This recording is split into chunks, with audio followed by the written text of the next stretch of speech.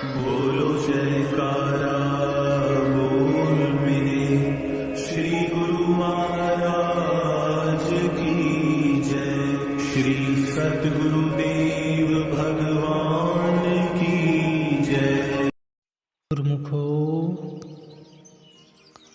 आज की यह रूहानी साखी है कि अगर हम गलती से भी मालिक से जुड़े हुए सत्संगी को मालिक के ध्यान में बैठे हुए सत्संगी को हम गलती से भी उठा देते हैं या उनकी भजन बंदगी में हम कोई रुकावट खड़ी कर देते हैं या फिर हम उन्हें परेशान करने की कोशिश करते हैं, तो उसका हमें क्या नतीजा भुगतना पड़ सकता है।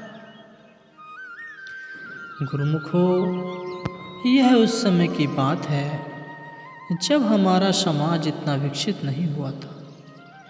केवल चंद अभ्यासी हुआ करते थे जो मालिक की याद में बैठते थे, मालिक के ध्यान में बैठते थे, उसकी भजन बंदगी करते थे। तो गुरुमुखो, वह समय ऐसा था कि तब जिन्हें नाम मिला और वह ध्यान में बैठते थे, मालिक की भजन बंदगी में बैठते थे, तो उनका ध्यान भी जल्दी लग जाया करता था, क्योंकि उस समय के लोग बहुत ही सीधे साधे हुआ करते थे। जो उन्हें बताया जाता था वह वैसा ही करते थे, अपनी तरफ से वह कुछ भी नहीं करते थे और वह बिल्कुल सीधे साधे हुआ करते थे। उनके मन में किसी के प्रति किसी तरह की ईर्ष्या नहीं होती थी, उनके अंदर ऐसी बुराइयां नहीं होती थी जो कि आज के समय में हमें देखने को मिलती है। अगर इस समय की बात की जाए तो हम एक दूसरे को देखना भी पसंद नहीं करते। जो हमसे आगे है, जो हमसे ऊपर है, और जो नीचे वालों को तो हम कुछ समझते ही नहीं, उनको तो हम कीड़े मकोड़े समझते हैं। और हमारे अंदर अहंकार इतना है कि अगर हमारे सामने मालिक आकर भी बैठ जाए, मालिक भी अगर हमारे सामने आ जाए, तो हम उसे भी पहचानने से रह जाएंगे, हम उनकी भी पहचान नहीं कर सकेंगे। आज की स्थिति हमारी ऐसी हो गई है और आज के इंसान की हालत तो यह है कि अगर हमारे अंदर तरह तरह के विचार हैं, इतना कुछ समाज में होता है, अलग अलग प्रभाव हम पर पड़े हुए हैं, जो कि ना चाहते हुए भी हमारे अंदर तरह तरह की बातें हमारे अंदर पड़ी हुई हैं। और जब हम भजन सिमरन पर बैठते हैं, मालिक की भजन बंदगी करते हैं, तब वह सभी विचार एक फिल्म की तरह हमारे सामने आ जाते हैं। और जब ऐसा होता है तो हम परेशान हो जाते हैं। यह इसलिए होता है क्योंकि हमने अपने अंदर बहुत कुछ भरा रखा है, और यह जितनी देर रहेगा, जितनी देर ऐसी चीज़ें, ऐसे विचार, ऐसे प्रभाव हमारे अंदर पड़े रहेंगे, हमारी बात नहीं बन सकती। यह सभी चीज़ें हमारे मार्ग में रुकावटें बनती हैं। इसलिए तो बोला जाता है गुरुमुखो कि भाई भजन सिमरन कर कर अपने अंदर जो भी पड़ा है इसको खाली कर दो और उस मालिक के लिए उस जगह को सजाओ जहाँ पर आकर उस कुल मालिक ने बैठना है। क्योंकि हमारे अंदर इतना सब भरा पड़ा है कि मालिक के लिए जगह ही नहीं है। इसलिए तो भजन सिमरन पर इतना जोर दिया जाता है कि भाई अपने अंदर की जो गंदगी है उसको निकालो और अंदर एकदम खाली हो जाओ, ताकि वह कुल मालिक हमारे अंदर आ सके, विराजमान हो सके। जैसे कि तुलसी साहब की गज़ल है, दिल का हुजरा साफ कर जाना के आने के लिए, ध्यान घेरों का उठा उसके बिठाने के लिए। तो गुरुमुखो, ऐसे ही एक सज्जन अभ्यासी गुरु घर में मालिक के ध्यान में बैठा हुआ था, मालिक की भजन बंदगी में बैठा हुआ था और सेवा चल रही थी।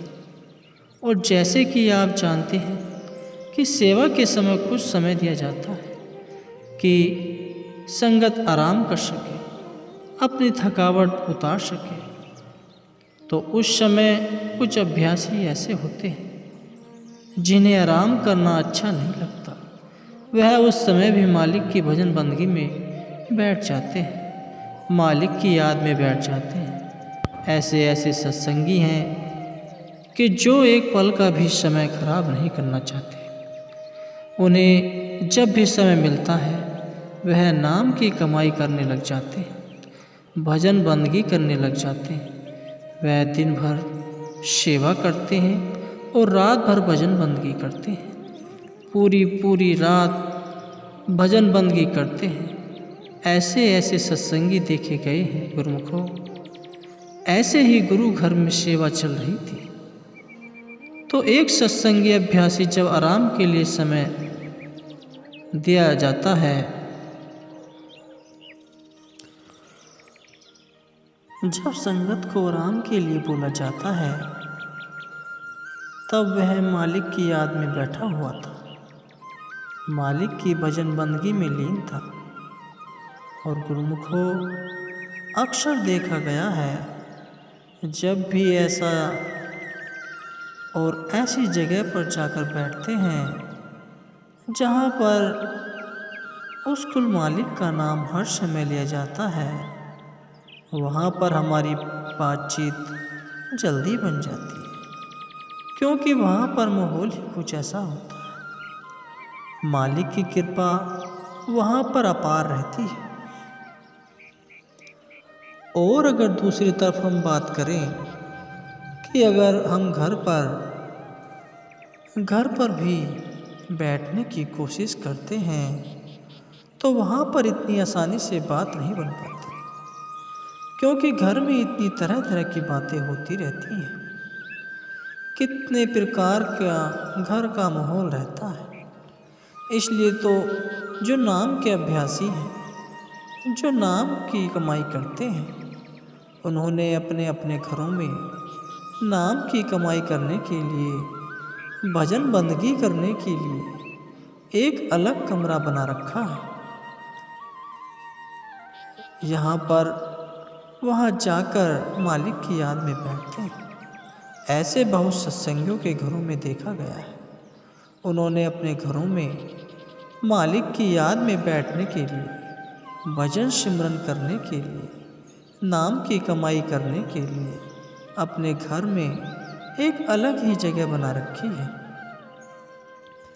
जहाँ पर जाकर वह मालिक की भजन बंदगी करते हैं, नाम की कमाई करते हैं, क्योंकि वह जानते हैं कि जहाँ पर वह रहते हैं, जहाँ पर वह सोते हैं, अगर वह वहीं पर भजन सिमरन करने लग जाएं, तो वह बात नहीं बन सकती। मालिक की याद में बैठने के लिए एक ऐसी जगह ढूंढनी पड़ती है जहाँ पर किसी चीज़ का किसी तरह का प्रभाव न हो। इसलिए तो कहा जाता है कि जहाँ पर बैठकर संत महात्माओं ने मालिक की भजन बंदगी की है, उन जगहों पर जाकर मन को शांति मिलती है, मन को संतोष मिलता है। ऐसा इसलिए होता है क्योंकि वहाँ पर मालिक के प्यारों ने मालिक की भजन बंदगी की होती है। तो ऐसे ही गुरु घर का भी हाल है, जहाँ पर अक्सर संगत आती जाती रहती है, सेवा करती रहती है, निरंतर उस मालिक कुल मालिक का नाम चलता रहता है। गुरु घर में निरंतर संगत आकर मालिक के नाम का जाप करती है, और वहाँ पर ऐसा माहौल बना रहता है। तो जब कोई सत्संगी अभ्यासी गुरु घर में जाकर नाम अभ्यास करता है, भजन सिमरन करता है, तो उसकी बात बन जाती है। ऐसा बहुत बार देखा गया है। गुरुमुखों, आप तो जानते ही हैं कि कुछ सत्संगियों की सत्संग के समय चीखें निकल जाती हैं, क्योंकि उस समय मालिक की कृपा अपार रहती है, इसलिए उनकी रूह की चढ़ाई हो जाती है, जिसकी वजह से उनकी चीखें निकल जाती हैं। इसलिए तो संत महात्मा मालिक की भजन बंदगी के लिए एक अलग जगह खोजते हैं, जहाँ पर उसकी याद में बैठा जाए, उसकी भजन बंदगी की जा सके। गुरुमुखों, ऐसे ही वह सत्संगी अभ्यासी नाम की कमाई में डूबा हुआ था। मालिक की भजन बंदगी कर रहा था और उसके आसपास कुछ बच्चे खेल रहे थे। वह बच्चे उनसे थोड़ी दूर भी थे तो गुरुमुखों, वह बच्चे ऐसे ही खेल रहे थे। खेलते खेलते उनकी बोल उस सत्संगी के ऊपर जा लगी और उनका ध्यान टूट गया। और जब उनका ध्यान टूट गया, उनकी आंखें खुली, उन्होंने देखा कि यह क्या हुआ। उनके मुख से पहला शब्द निकला, यह किस मूर्ख ने किया। और उसके बाद वह रोने लग पड़े और वह कहते हैं कि मेरी बात बनने ही वाली थी, उस नाम रूपी समुद्र में मैं समाने ही वाला था, मालिक के मिलाप होने ही वाला था। मालिक की कृपा से आज ध्यान बहुत अच्छा हुआ था। उसकी कृपा आज हुई थी, लेकिन बच्चों की गेंद ने मेरा ध्यान तोड़ दिया, जिसकी वजह से ध्यान टूट गया और मुझे बहुत रोना आया कि अगर थोड़ी देर और मैं इसी अवस्था में रहता तो मेरी बात बन जाने वाली थी। आज उस कुल मालिक से मिलाप हो जाना था, मेरा रोम रोम उसके प्रकाश से भर जाना था, उसकी कृपा आज हो जानी थी।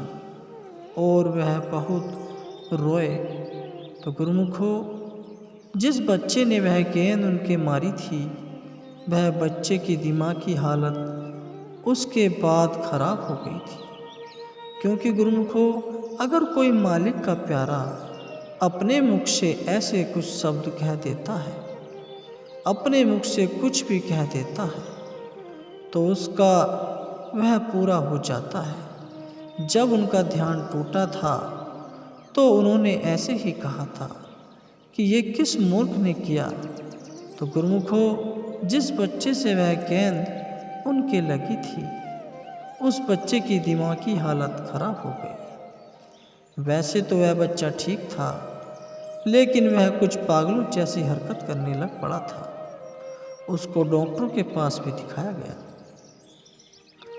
सभी जगह उसके माता पिता ने उसको दिखाया कि अगर हमारा बच्चा ठीक हो जाए, इसकी यह बीमारी ठीक हो जाए, ये जैसा था वैसा ही हो जाए, लेकिन वह बात नहीं बनी। बच्चे के माता पिता ने बच्चे को सभी जगह दिखाया। बड़े बड़े डॉक्टरों के पास वह उसे लेकर गए, लेकिन डॉक्टरों को भी समझ नहीं आया कि इस बच्चे को क्या हुआ है।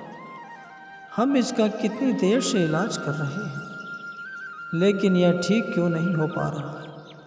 तो गुरुमुखों, उन्होंने अपने बच्चे को बहुत जगह दिखाया, लेकिन कोई बात नहीं बनी। गुरुमुखों, उस बच्चे के माता पिता को नहीं पता था इसके साथ ऐसा क्या हुआ है, जिसकी वजह से इसकी दिमागी हालत थोड़ी खराब हो गई है। वह अपने बच्चे को अलग अलग स्थानों पर लेकर जाने भी लगे थे कि कहीं से इसे आराम आ जाए, लेकिन उन्होंने सब कर देख लिया, कोई बात नहीं बनी।